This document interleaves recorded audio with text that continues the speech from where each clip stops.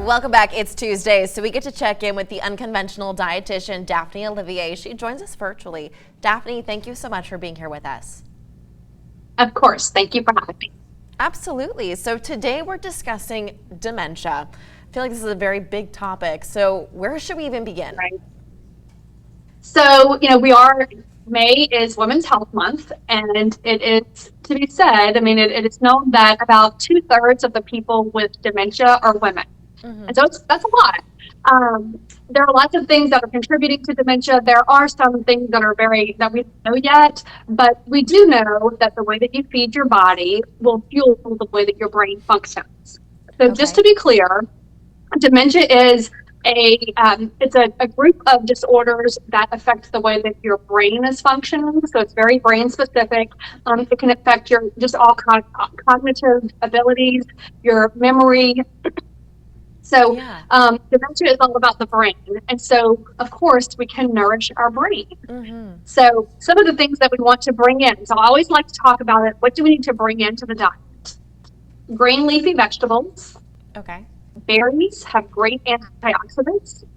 Foods with omega-3s. So that's going to be things like salmon and sardines or anchovies if you eat those. Trout would be good.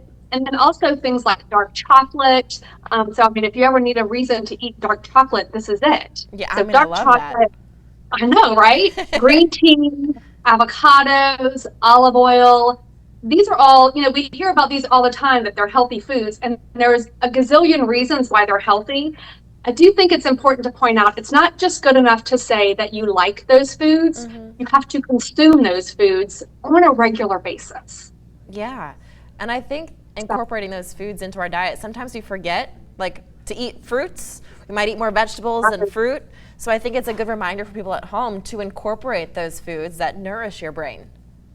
Right. So when we talk about it as being like a lifestyle change, that term is so cliche, but you really do have to change the way that you live so that you can incorporate things like green tea and avocados and things like that on a regular basis. Yeah, and we're almost out of time. Is there a lasting food for thought that you want to leave our viewers with in regards to dementia? One of the things that we may talk about next time is the role of sugar in Alzheimer's and dementia. So tune in next week for sure. But again, the biggest thing is that we have to consume these foods in order for them to work for us. We can't just like them and have them occasionally. Daphne, as always, thank you so much for joining us. How can people at home contact you if they have questions?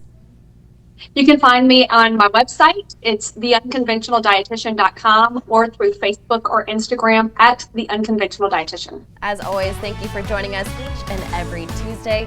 Daphne, we'll see you next week. If you at home want to learn more, go to KDN.com. Stay with us, though. We'll be right back after this.